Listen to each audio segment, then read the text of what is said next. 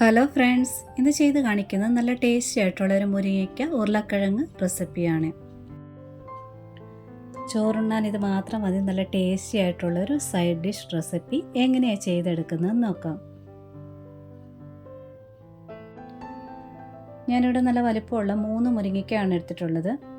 അതായത് ഇങ്ങനെ പകുതി ഒന്ന് കീറി വെച്ചിട്ടുണ്ട്. രണ്ടായിട്ട് സെപ്പറേറ്റ് ആക്കണ്ട. മീഡിയം സൈസ് 2 ഉരുളക്കിഴങ്ങ് എടുത്തിട്ടുണ്ട്. ഇതുപോലെ ഒന്ന് കട്ട് ചെയ്ത് വെച്ചിട്ടുണ്ട്. ഉരുളക്കിഴങ്ങും മുരിങ്ങയ്ക്കായി ഒന്നിച്ചിട്ടാണ് വേവിക്കുന്നത്. രണ്ടും ഒരുപോലെ വെന്ത് കിട്ടണം. ഇതുപോലെ 2 കട്ട് ചെയ്ത് വെച്ചിട്ടുണ്ട്. ഇനി ഇതെങ്ങനെയാണ് ചെയ്തെടുക്കുന്നത് നോക്കാം. കടായിൽ വെളിച്ചെണ്ണയാണ് ഒഴിച്ചത്. പറ്റുമെങ്കിൽ വെളിച്ചെണ്ണ ഒഴിക്കുക. കടുകിട്ടൊന്ന് പൊട്ടിയിട്ടുണ്ട്. ഇനി 1/4 കപ്പോളം സവാള നീളത്തിലരിഞ്ഞ് അതുകൂടി ചേർക്കുക. സവാള പെട്ടെന്നൊന്ന് വഴന്ന് കിട്ടാനായിട്ട് കുറച്ച് ഉപ്പൂടെ ചേർക്കുകയാണ്.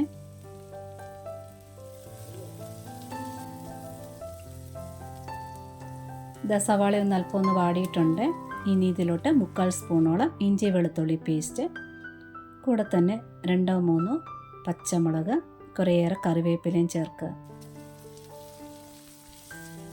ഇഞ്ചിയും വെളുത്തുള്ളിയും പേസ്റ്റ് ആയത് കാരണം അടിക്ക് പിടിക്കാതിരിക്കാൻ വേണ്ടി കുറഞ്ഞ തീയിലിട്ട് വഴറ്റിയെടുക്കുക.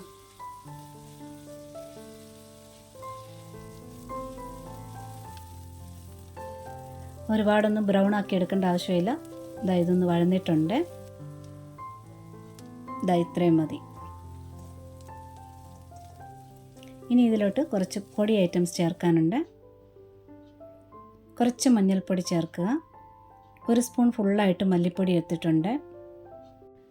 മുളക് പൊടി ചേർക്കുക. ഇത് കാശ്മീരി മുളക് പൊടിയാണ്. ഇതൊരല്പം എരിവുള്ളതാണ്. മല്ലിപ്പൊടിയേക്കാൾ ഒരല്പം കുറവായിട്ട് ചേർക്കുക.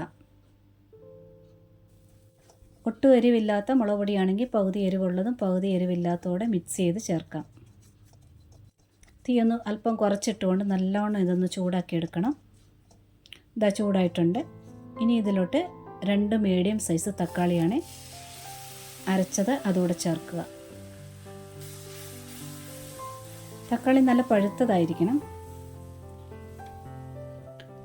ഈ ഒരു ഭാഗം മാത്രം നല്ലവണ്ണം വഴറ്റിയെടുക്കണം.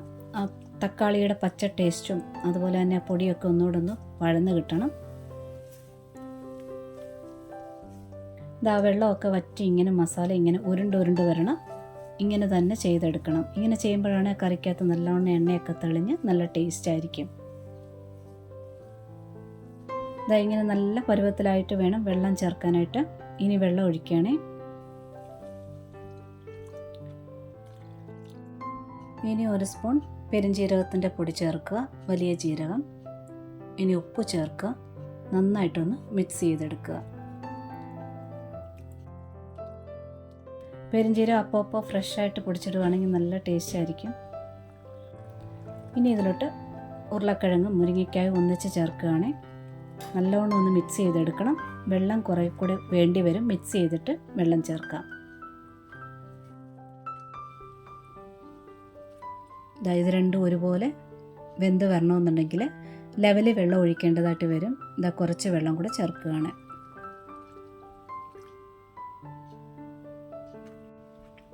നന്നായിട്ട് ഒന്നുകൂടെ മിക്സ് ചെയ്തെടുത്തിട്ടുണ്ട്. ഇതുപോലെ ഒന്ന് ലെവൽ ചെയ്തതിന് ശേഷം മൂടി വെച്ച് വേവിക്കണം. ഇടയ്ക്ക് 1-2 പ്രാവശ്യം ഒന്ന് ഇളക്കി കൊടുക്കണം. ആദ്യമേ ഇത് വെള്ളം ഉള്ളത് കാരണം മീഡിയം ഫ്ലെയിമിലിട്ട് ഒരു 5-6 മിനിറ്റ് നേരം വേവിക്കുക. ഇത് ഇടയ്ക്കൊന്ന് തുറന്നിട്ടുണ്ട്. എണ്ണയൊക്കെ ഇപ്പോഴേ തെളിയാൻ തുടങ്ങിയിട്ടുണ്ട്. ഇനി കുറച്ചുകൂടി ഇത് വേകാനായിട്ടുണ്ട്. വെള്ളം കുറയുന്നതിനനുസരിച്ച് തീ കുറച്ചിടുക. പിന്നീട് അടിക്ക് പിടിക്കും. ഇത് നല്ലവണ്ണം വെന്തിട്ടുണ്ട്. മുരിങ്ങയ്ക്കയുടെ കളറൊക്കെ ഒന്ന് മാറിയിട്ടുണ്ട്. പ്രത്യേകം ശ്രദ്ധിക്കുക, ഉരുളക്കിഴങ്ങ് വെന്ത് കുഴഞ്ഞു പോകരുത്, ഉടയാതെ കിടക്കണം.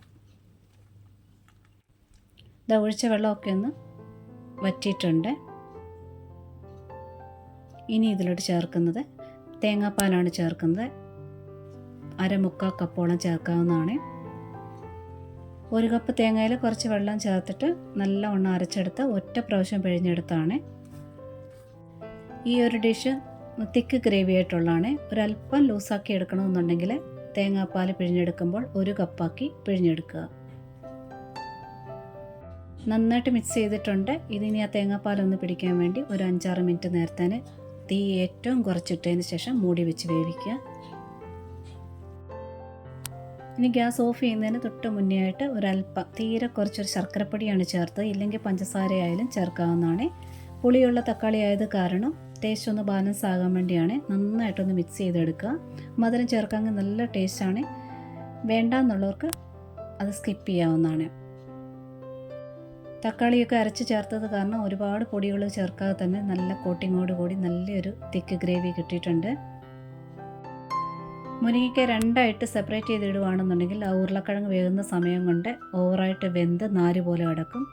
അതുകൊണ്ട് ഇങ്ങനെ ചെറുതായിട്ടൊന്ന് കീറി മാത്രമേ ഇടാവൂ. ഒരു മോര് കറിയും പപ്പടവും ഈ ഒരു സൈഡ് ഡിഷ് ഉണ്ടെങ്കിൽ അടിപൊളി കോമ്പിനേഷനാണ്. ട്രൈ ചെയ്ത് നോക്കുക. ഇഷ്ടപ്പെട്ടിട്ടുണ്ടെങ്കിൽ കൂട്ടുകാർക്കൊക്കെ ഷെയർ ചെയ്ത് കൊടുക്കുക. ലൈക്കും കമൻറ്റും സബ്സ്ക്രൈബും ഒക്കെ തന്ന് സപ്പോർട്ട് ചെയ്യാൻ കൂടി മറന്നുപോലെ നോട്ടിഫിക്കേഷൻ ബെൽ ബട്ടണിലെ ഓൾ ഓപ്ഷൻ ഒന്ന് എനേബിൾ ആക്കിയിടാനും മറക്കല്ലേ. ഒരുപാട് സ്നേഹത്തോടെ താങ്ക്സ് ഫോർ വാച്ചിങ്.